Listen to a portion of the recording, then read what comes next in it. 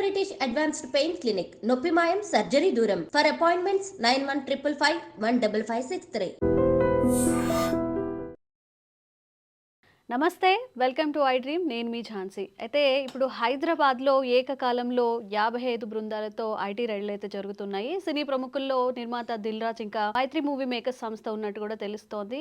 దిల్ రాజు గారి వైఫ్ ని locker open చేయమన్నట్టుగా కూడా తెలుస్తోంది. మరి ఇక ఈ విషయంపై మరింత సమాచారం మనం అడిగి తెలుసుకుందాం. ప్రస్తుతం అంతా ఉన్నారు socialist and political analyst Shivram గారు. నమస్తే అండి. నమస్తే ఝాన్సీ గారు. ఎంతమంది ఈసారి ఐటీ రైడ్స్ లో బయటపడబోతున్నారు? ఎంత మనీ, బ్లాక్ మనీని బయటకు తీయబోతున్నారండి? ఇప్పుడు ప్రస్తుతం మనం ఇంటర్వ్యూ జరిగే టైం వరకు అంటే ప్రస్తుతం ఇంకా దాడులు జరుగుతూనే ఉన్నాయి. ఇంకా అఫీషియల్ గా ఆఫీసర్స్ కానీ లేదా దిల్ రాజు తరఫు నుంచి ఎలాంటి ప్రెస్ మీట్ అనేది రాలేదు. అయితే జనరల్ గా అండి ఐటీ దాడులు ఒకసారి చూసుకుంటే దొరికితే దొంగ, దొరకకుంటే దొర అనేది తెలుగులో ఒక సామెత ఉందన్నమాట. ఈ సామెత ఎగ్జాక్ట్ గా ఐటీ దాడులు ఎవరిపై అయితే జరుగుతాయో వారికి సూట్ అవుతాయి అనమాట. యాక్చువల్లీ ఇప్పుడు మీరు అనొచ్చు అంటే ఒకేసారి సినిమా ఇండస్ట్రీ పై ఎందుకు పడ్డారు, ఎస్పెషల్లీ ప్రొడ్యూసర్స్ పై ఎందుకు పడ్డారు అంటే ఇప్పుడు మనము టాలీవుడ్ హిస్టరీ కనుక చూసుకుంటే సంక్రాంతి స్పెషల్ ఈవెంట్ గా చెప్పుకుంటాం. అంటే సంక్రాంతికి రిలీజ్ అయ్యే సినిమాలు మనం స్పెషల్ గా చెప్పుకుంటాం అనమాట. అందులో భాగంగా గేమ్ చేంజర్ కానివ్వండి, లేదంటే సంక్రాంతికి వస్తున్నాం కానివ్వండి, లేదు అనుకుంటే ఇప్పుడు డాకు మహారాజ్ కానివ్వండి, ఈ ప్రధానమైన 3 చాలా పెద్ద సినిమాలు. అందులో 2 డైరెక్ట్ మూవీ, 2 సినిమాలకు దిల్ రాజు గారు డైరెక్ట్ ప్రొడ్యూసర్, ఇంకో మూవీకి వచ్చేసి అతను డిస్ట్రిబ్యూటర్ గా ఉన్నారనమాట.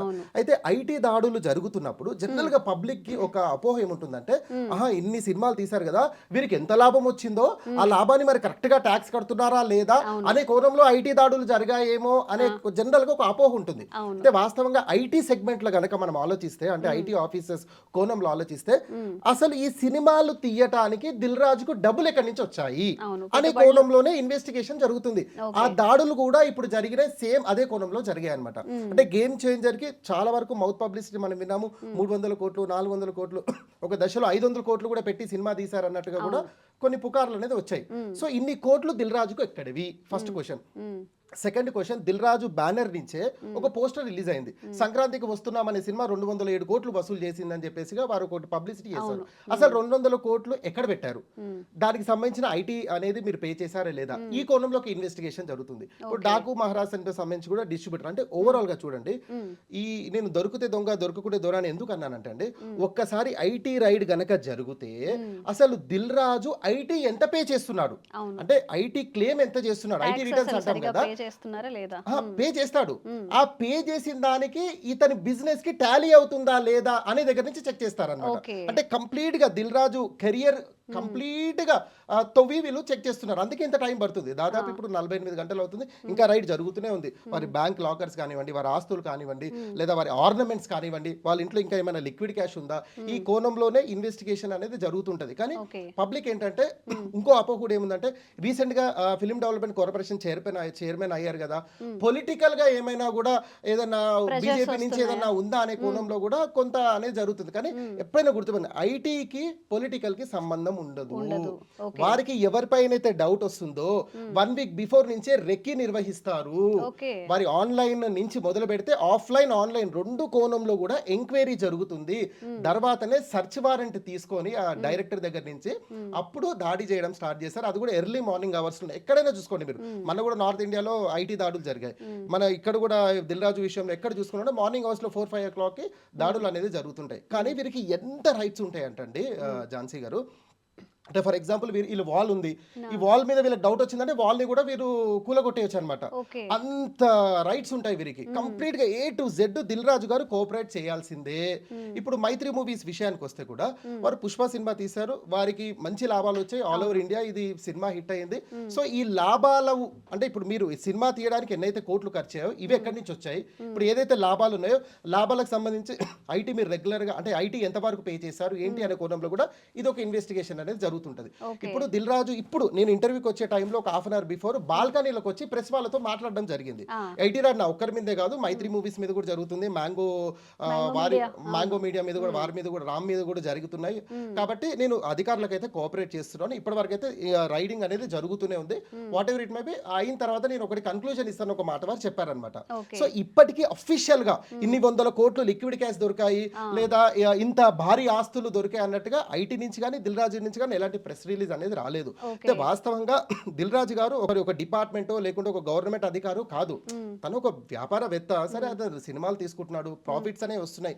ఐటీ ఒకటే చూస్తుందండి, మీరు వైట్ ట్రాన్సాక్షన్స్ ఎంతైతే చేస్తున్నారో అదే ట్రాన్సాక్షన్స్ ప్రకారంగా మీ బిజినెస్ జరుగుతుందా, లేదా మీ దగ్గర ఏమైనా బ్లాక్ అమౌంట్ ఉందా, లిక్విడ్ క్యాష్ రూపంలో కూడా ఏమైనా చేస్తున్నారా. ఇప్పుడు ఫర్ ఎగ్జాంపుల్ ఝాన్సీ గారు ప్రజలకు అర్థం అవడానికి సింపుల్ ఎగ్జాంపుల్ చెప్తాను.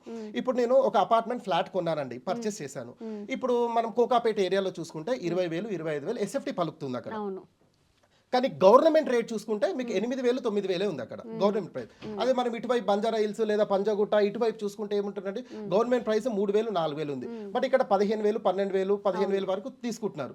అయితే గవర్నమెంట్ రేట్ ప్రకారంగానే రిజిస్ట్రేషన్ జరుగుతుంది. అంటే ఇప్పుడు ఫర్ ఎగ్జాంపుల్ 1,000 ఎస్ఎఫ్టీ ఉంది అనుకోండి, 3,000 రూపీస్ అనుకుంటే 30 lakhs కి 7.5% స్టాంప్ డ్యూటీ కట్టి అది ఏంటంటే అంటే గవర్నమెంట్ దృష్టిలో శివరామ్ అనే వ్యక్తి 30 lakhs వర్త్ ఫ్లాట్ పర్చేస్ చేశాడు. సో ఈ 30 lakhs శివరామ్కి ఎక్కడి నుంచి వచ్చాయి అనే కోణంలో ఇన్వెస్టిగేషన్ జరుగుతుంది. కానీ ఇన్వెస్టిగేషన్ స్టార్ట్ అయ్యేది 30 lakhs నుంచే స్టార్ట్ అవుతుంది తప్ప, స్టార్ట్ అయ్యి 30 lakhs నుంచే. కానీ అసలు శివరామ్ ఇన్కమ్ ఎక్కడి నుంచి జనరేట్ అవుతుంది, అసలు శివరామ్ ఏం చేస్తున్నాడు, ఏం కథ అనేది నాకు పూర్తి డేటా అనేది తీస్తారు. ఇప్పుడు ఆధార్ కార్డ్ పాన్ కార్డ్ అనేది లింక్ అయి ఉంది అందరి దగ్గర. మీరు ఏ ప్రాపర్టీ కొన్నా, ఈవెన్ దో మీరు ఒక 2-wheeler 4-wheeler కొన్నా లేదా ఒక అపార్ట్మెంట్ ఫ్లాట్ కొన్న ప్రాపర్టీ కొన్నా కూడా మీరు ఇప్పుడు ఆధార్ కార్డ్ పాన్ కార్డ్ పెట్టాల్సిందే ఆటోమేటిక్. ఇప్పుడు ఏ డిపార్ట్మెంట్ అని చూసుకోండి, ఈవెన్ దో ఇప్పుడు మీరు ఒక 4-wheeler ఇండస్ట్రీ చూసుకున్నా, బ్యాంకు చూసుకున్నా, ఇంకా ఏ కేటగిరీస్ చూసుకున్నా కూడా ఆటోమేటిక్ ఐటీకి ఇన్ఫర్మేషన్ ఇవ్వాల్సిందే. వారి దగ్గర ఒక ఆన్లైన్ లాటరీ సిస్టమ్ ఉంటుంది, చాలా మందికి తెలియదు. 10 lakhs స్లాబ్ అని ఒకటి ఉంటుంది ఝాన్సీ గారు, 20 lakhs స్లాబ్ ఉంటుంది, 50 lakhs స్లాబ్ ఉంటుంది, 1 crore స్లాబ్ ఉంటుంది. ఈ స్లాబ్ లో డైలీ ఎంతమంది ట్రాన్సాక్షన్స్ చేస్తున్నారు అంటే అట్ ఏ టైం ఒకటేసారి ఎంతమంది అనేది ఆ స్లాబ్ లో కనిపిస్తుంది వాళ్ళకి క్లియర్ గా. ఇప్పుడు శివరామ్ గారు ఇవాళ 30 lakhs పెట్టి ఫ్లాట్ కొన్నాడు. సో ఒకసారి ఆ స్లాబ్ లో గనక నా పేరు వెళ్ళింది అనుకోండి, డైరెక్ట్ గా నాకు ఒక నోటీస్ ఇష్యూ చేస్తారు. ఫస్ట్ వారు శివరామ్ గారు మీరు 30 lakhs పెట్టి ప్రాపర్టీ కొన్నారు, ఏంటి దాని డీటెయిల్స్ మాకు ఇవ్వండి, అసలు మీ 30 lakhs ఎక్కడి నుంచి వచ్చాయి ఏంటి అన్నప్పుడు నేను దానికి వివరణ ఇవ్వాలి. సార్ నేను పలానా ప్రాపర్టీ కొన్నాను, ఆ ప్రాపర్టీ వచ్చిన అమౌంట్ తో నేను ఇది తీసుకున్నాను, ఇది కథ వివరణ ఇస్తే వారు సాటిస్ఫై అవ్వాలి. ఆ వివరణకి వారు ఎక్కడైనా సాటిస్ఫై కాలేదంటే వారు నా మీద రైట్ చేసే అవకాశం కంప్లీట్ గా ఉంటుంది.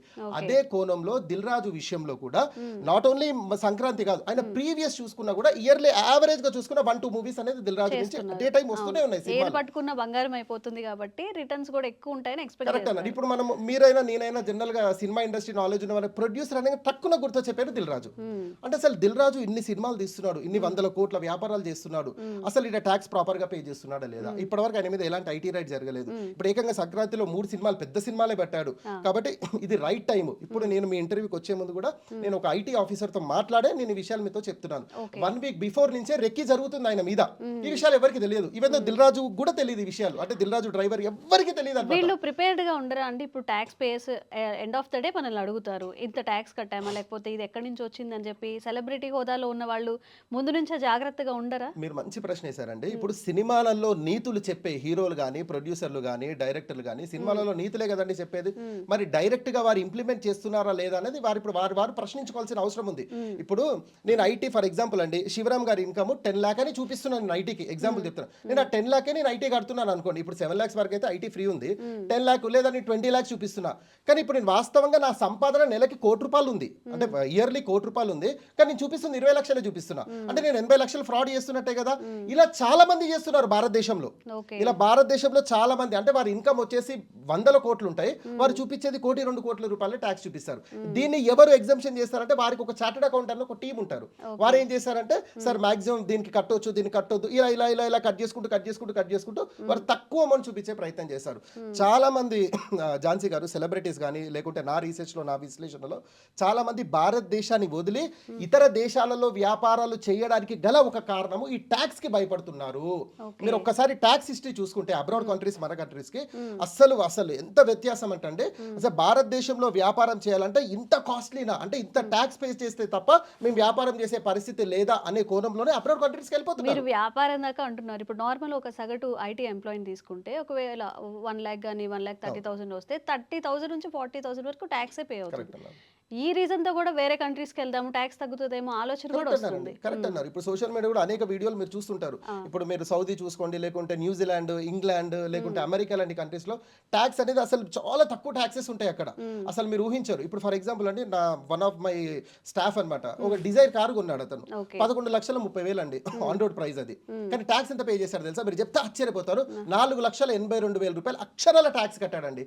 11 lakhs లో మీరు దాదాపుగా 5 లక్షలు ట్యాక్సే తీసుకుంటుందండి గవర్నమెంట్. అంటే 6 లక్షలు కార్ అమ్మినోడికి పోతుందండి, కంపెనీ వాడికి పోతుంది. అంటే ఒక సుజుకి కంపెనీడు భారతదేశంలో వారి వెహికల్ అమ్మాలంటే 5 లక్షల రూపాయలు ట్యాక్స్ కట్టాల్సినటువంటి పరిస్థితి. ఒక్క వెహికల్ కి నేను చెప్పేది, ఒక డిజైర్ వెహికల్ కి చెప్తున్నాను. అంటే ఒక 11 లక్షల వెహికల్ కే 5 లక్షల ట్యాక్స్ నేను విత్ రిసిప్ట్ తో సహా చూపించడానికి కూడా రెడీ. అంటే 5 లక్షల రూపాయలు ట్యాక్స్ కడితే తప్ప ఒక సుజుకి వెహికల్ భారతదేశంలో అమ్మలేనటువంటి పరిస్థితి. ఇప్పుడు సిజిఎస్టీ, సెంట్రల్ జిఎస్టీ, మళ్ళీ వీరు 1% ఇది లైఫ్ ట్యాక్స్, రోడ్ ట్యాక్స్, ఈ కోణాలలో చూసుకుంటే 46% ట్యాక్స్ పే చేస్తున్నామండి. తెలుసా? ఇంత ట్యాక్స్ పే చేస్తున్నా కూడా భారతదేశం వెనుకబడిపోయింది. ఎందుకనంటే ఇప్పుడు దీనికి మళ్ళీ దీనికి సపరేట్ హిస్టరీ, సపరేట్ చరిత్ర అని చెప్పుకోవచ్చు. ఎందుకనంటే అండి, ఇక్కడ ఏదైతే ఇప్పుడు మన రాజ్యాంగం ప్రకారం ఏదైతే చట్టాలు ఉన్నాయో, లేదైతే ఈ మెయింటెనెన్స్ ఉందో, ఈ మెయింటెనెన్స్ కాస్ట్లీ అయిపోయారనమాట. ఇప్పుడు ఒక ప్రైమ్ మినిస్టర్ ఒక విజిట్ జస్ట్ ఒక తెలంగాణకు వచ్చి ప్రైమ్ మినిస్టర్ వచ్చి వెళ్ళాలంటే దాదాపుగా 500 కోట్లు ఖర్చు అయ్యే పరిస్థితి ఉందన్నమాట. ఒక ముఖ్యమంత్రి ఒక జిల్లా పర్యటనకు వెళ్ళాలంటే కేవలం ఒక ముఖ్యమంత్రి ఒక జిల్లా పర్యటనకు వెళ్తే ఒక 100-200 కోట్ల రూపాయల బడ్జెట్. ఇప్పుడు అంటే వాళ్ళ ట్రాన్స్పోర్ట్ చూసుకోండి, మీరు ఆశ్చర్యపోతారు ఝాన్సీ గారు. కేవలం మన తెలంగాణ అంటే భారతదేశంలోని 28 రాష్ట్రాల్లో కేవలం ఒక తెలంగాణ స్టేట్ చూసుకుంటే అక్షరాల 3,500 నుంచి 4,000 కోట్లు కేవలం ట్రాన్స్పోర్ట్ కి మనం పే చేస్తున్నాం. తెలుసా? Only transportation. అది కూడా ఎవరికి? గవర్నర్ నుంచి మొదలు పెడితే కింది స్థాయి ఆఫీసర్ ఎవరైతే ఉంటారో, అంటే ఎంఆర్ఓ అనుకోండి, ఆ స్థాయి ఆఫీసర్ వారు కూడా గవర్నమెంటే పే చేస్తుంది.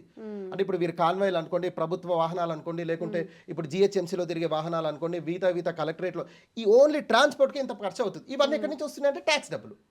ఇప్పుడు ప్రైమ్ మినిస్టర్ అలా చూసుకుంటే సెంట్రల్ గవర్నమెంట్ పరిస్థితి ఇలానే ఉంది. అంటే మెయింటెనెన్స్ అనేది ఎక్కువగా అయిపోవడం వల్ల ట్యాక్స్ నుంచి వసూలు చేస్తున్నారు. పెట్రోల్ మనకి ఇప్పుడు ఇవాళ డేట్ కి మనకు 38 రూపీస్కి వస్తుందండి పెట్రోల్. కానీ మీరు నేను ఎంత కొంటున్నాము? 107 రూపాయలకి పెట్రోల్ కొంటున్నాము. ఈ మిగతా డబ్బులు ఎక్కడ పోతున్నాయి? ట్యాక్స్. ఆ ట్యాక్స్ ఎక్కడ పోతుంటే ప్రభుత్వ ఖజానా. ఆ ప్రభుత్వ ఖజానా నుంచి ఎక్కడ పోతుంటే మెయింటెనెన్స్ కాకుండా ఈ మధ్య కొత్తగా ఉచితాలను ఒక కాన్సెప్ట్ తీసుకొచ్చారు కదా, ఈ మొత్తం ట్యాక్స్ డబ్బులు తీసుకొచ్చి ఉచితాలకు తగలబెడుతున్నారు. ఎక్కడికి వెళ్ళి వస్తాయండి డబ్బులు? మొన్న పొన్నం ప్రభాకర్ రాష్ట్ర రవాణా మంత్రి ప్రెస్ మీట్లో ఏం చెప్పాడు? మేము నెలకు యావరేజ్ గా 300 నుంచి 350 కోట్లు ఆర్టీసీకి పే చేస్తున్నాం అని అన్నారండి. ఎవడేసాము? ఎందుకు కట్టాలండి? మహిళలకు ఉచితాలు ఇచ్చారు కాబట్టి ఆ ఉచితాలు ఏదైతే మహాలక్ష్మిని టికెట్ ఇస్తున్నారో ఆ టికెట్ తీసుకెళ్లి సజ్జనార్ గారు గవర్నమెంట్ కి సబ్మిట్ చేస్తున్నారు. ఆ గవర్నమెంట్ సబ్మిట్ చేసిన దాంట్లో వీరు పే చేస్తున్న అమౌంట్ 300 నుంచి 350 కోట్లు. ఇవి ఎక్కడి నుంచి వస్తుందంటే ట్యాక్స్ అమౌంట్. అంటే ఇంత ట్యాక్స్ మీరు అన్నారు కదా, ఇన్ని ట్యాక్స్ అమౌంట్ కడుతున్నా కూడా భారతదేశం ఎందుకు వెనుకబడిపోయింది అంటే, ఒకటి మనం ఉచితాలు అనుకోవచ్చు, రెండోది ఏంటంటే మెయింటెనెన్స్ హెవీగా ఉండటం. మన ఎవరైతే ఉన్నతాధికారులు ఉన్నారో వాళ్ళని ఏమంటాం మనం, వాళ్ళ మెయింటెనెన్స్ కోసం వాళ్ళు వచ్చినప్పుడు హంగులు ఆర్భాటాలకే ఎక్కువ ఖర్చు అయిపోతుంది. అది కూడా సామాన్యుల ట్యాక్స్ అండి. మీరు నేను 2 రూపీస్ పార్లేజీ బిస్కెట్ ప్యాకెట్ కొంటే ఝాన్సీ గారు 40 పైసలు ట్యాక్స్ కడుతున్నాం. 2 రూపీస్ బిస్కెట్ ప్యాకెట్ మీద చెప్తున్నా. అలా చూసుకోండి, గోల్డ్ చూసుకోండి, వెహికల్స్ చూసుకోండి, బట్టలు చూసుకోండి, కెమెరాస్ చూసుకోండి. ఈ కెమెరాస్ మీద, ఎలక్ట్రానిక్ మీద 36% ట్యాక్స్ కడుతున్నాం.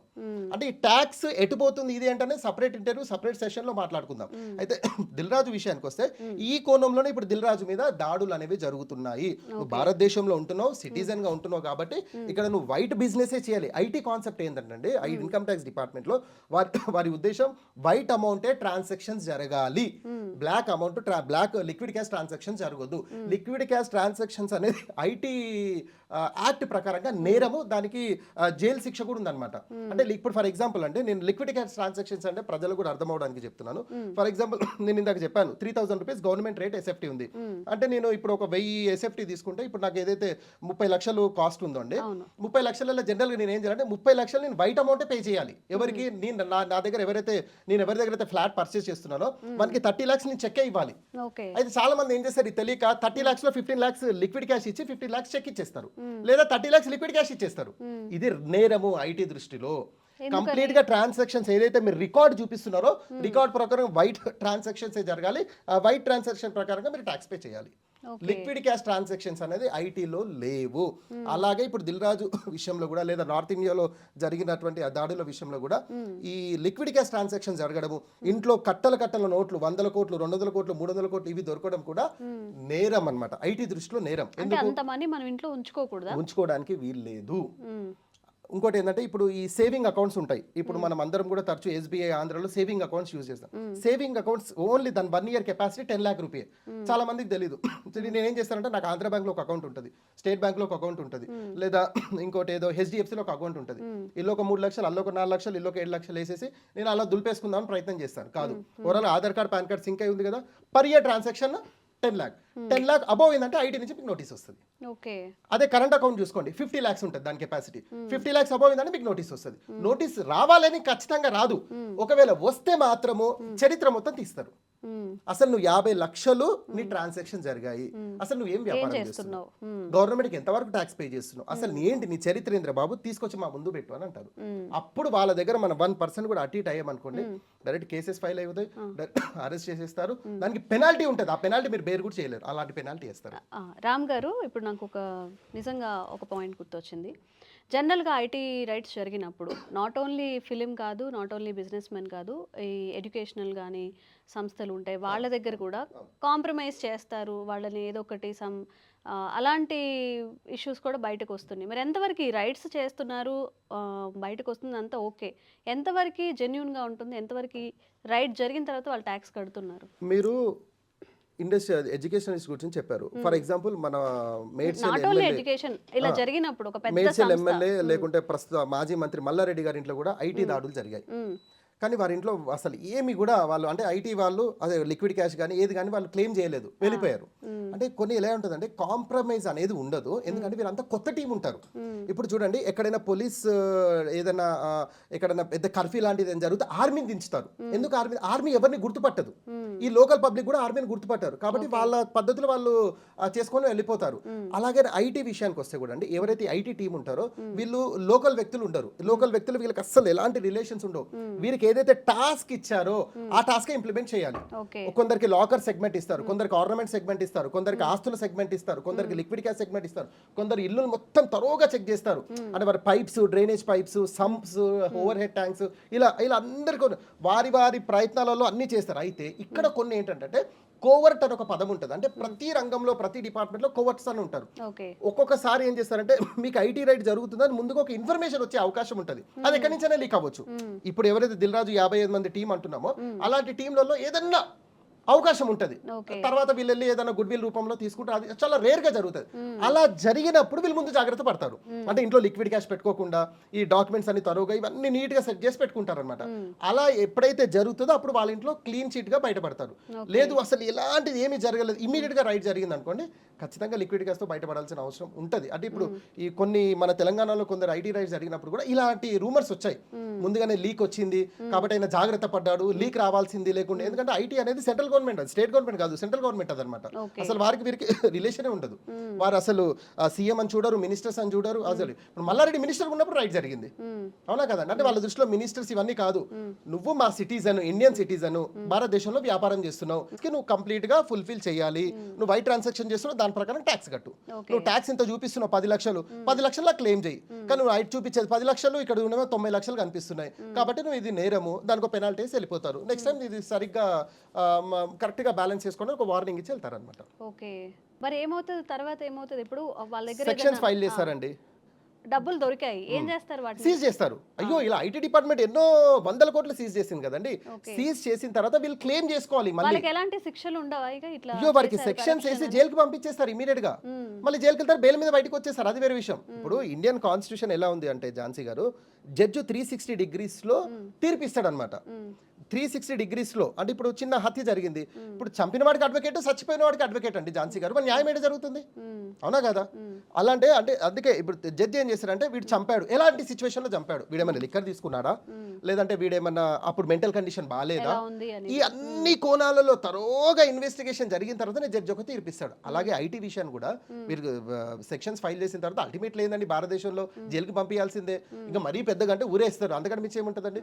జైలుకి పంపించింది వీళ్ళు ఏం చేస్తారు, అడ్వకేట్ నుండి బెయిల్ తీసుకొని బయటకు వచ్చేస్తారు. మళ్ళీ తర్వాత ఏం చేస్తారు, ఆ డబ్బుని ఎలా వీరి అకౌంట్లోకి తెచ్చుకోవాలనేది వీరి ప్రయత్నాలు వీరు చేస్తారు. అందులో భాగంగా సరే కొంత వారికి లంచాలు ఇవ్వటము, ఆ కోణంలో ఈ కోణంలో ఏదో క్లెయిమ్ చేసుకుంటారు అక్కడ ఇక్కడ, లేదంటే మేము లీగల్గా వాట్ ఎవర్ ఇట్ మే ఆ చలాన్ పే చేస్తాము, ఆ కోణంలో చేసుకొని మీరు బయటకు వచ్చే ప్రయత్నమే చేస్తారు. ఓకే, మరి ఈ 55 మంది టీమ్స్ ఇంకా ఎక్కడెక్కడికి వెళ్తున్నారు? మ్యాంగో మీడియా కాకుండా ముగ్గురే బయటకు వచ్చారు, దిల్ రాజు గారు, మ్యాంగో మీడియా, ఇంకా మైత్రి మూవీ మేకర్స్.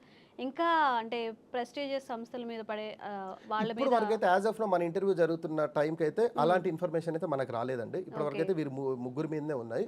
అయితే వీరు ఏం చేస్తారంటే, ఇప్పుడు దిల్ రాజు ఉన్నారు, దిల్ రాజు వారి భార్య పేరు మీద కొన్ని ప్రాపర్టీస్ ఉన్నాయి, దిల్ రాజు కూతురు పేరు మీద కొన్ని ప్రాపర్టీస్ ఉన్నాయి, వారి తమ్ముడు శిరీష్ అండ్ వారి పిల్లల పేరు మీద, అంటే వీళ్ళ ఫ్రెండ్స్, అంటే మీరు ఆశ్చర్యపోతారండి. ఆ మొబైల్ వీళ్ళు తీసేసుకుంటారు ఇమీడియట్ గా. ఆ మొబైల్ కాంటాక్ట్స్ ఉంటాయి కదా, ఆ కాంటాక్ట్స్ లో ఉన్న ప్రతి పేరు ఉన్న వారి దగ్గరికి వెళ్ళిపోతారు వీళ్ళు. వెరిఫై మీ దగ్గర మీ ప్రాపర్టీస్ ఏంటి. ఫర్ ఎగ్జాంపుల్ దిల్ రాజు నాకు ఫ్రెండ్ అనుకుందాం, ఏదో 2 days బ్యాక్ నాకు కాల్ చేశాడు అనుకుందాం, నాకు కాల్ వచ్చేస్తుంది ఇమీడియట్ గా, మా ఇంటికి వచ్చేసారు ఐటీ వాళ్ళు. దిల్ రాజు మీ నెంబర్ దిల్ రాజు దగ్గర ఎందుకు, మీరు స్నేహితులు, అసలు ఇదేంటి మీ ప్రాపర్టీస్ ఏంటి తీయండి బయటికి అని తీస్తారు. నా ప్రాపర్టీస్ అయితే ముందు పెడతాను. ఇప్పుడు దిల్ రాజు నా పేరు మీద చేయించాడు అనుకుందామండి, ఒక 10 ఎకరాలు 20 ఎకరాలు నా పేరు మీద చేయించాడు. బాబు నీ పేరు మీద 10 ఎకరాలు ఎక్కడ, నువ్వు ఏదో చిన్న ఉద్యోగం చేస్తున్నావు, నీ జీతం 20,000 30,000 నీకు ఎక్కడ వచ్చి, అంటే నువ్వు దిల్ రాజు బినామీ, చలో బి నేషన్ లోపల. ఈ విధంగా ఎంక్వైరీ జరుగుతుంది, ఈ విధంగానే జరుగుతుంది ఎంక్వైరీ. మీరు ఆశ్చర్యపోతారు, బినామీలందరూ ఇప్పుడు లిస్ట్ వచ్చేస్తారు ఆల్మోస్ట్. నాకు తెలిసి ఇప్పుడు ఐటీ వారి దగ్గరకు వచ్చేసి ఉండొచ్చు. ఇప్పుడు దిల్ రాజు పేరు మీద ప్రాపర్టీస్ ఉంటావు కదండి, దిల్ రాజు అనేక మంది పేర్ల మీద ప్రాపర్టీస్ పెడతారు. అందులో కొందరు దొరకవచ్చు, కొందరు దొరకకపోవచ్చు. అందుకే దొరికితే దొంగ, దొరకకుంటే దొర అనేది ఇదే కాన్సెప్ట్ అనమాట. చాలా మంది జాగ్రత్త పడతారు. జాగ్రత్త పడ్డా కూడా ఐటీ రైట్స్ ఎందుకు జరుగుతాయి అంటే, నోటి దూల మనమంతా మనమే ఎక్స్పోజ్ అవ్వడము. నేను 500 కోట్లు పెట్టి సినిమా తీసినా, నేను సినిమా పెడితే నాకు 200 కోట్లు వచ్చినాయి, నేను ఇది ప్రెస్ మీట్లు పెట్టి అది హడావిడి చేసేసరికి ఏమైపోయింది, ఐటీకి వెళ్ళిపోయింది ఇన్ఫర్మేషన్. కాబట్టి ఎంత ఎదిగినా ఒదుగుండాలి అనేది ఇది ఒక ఉదాహరణ.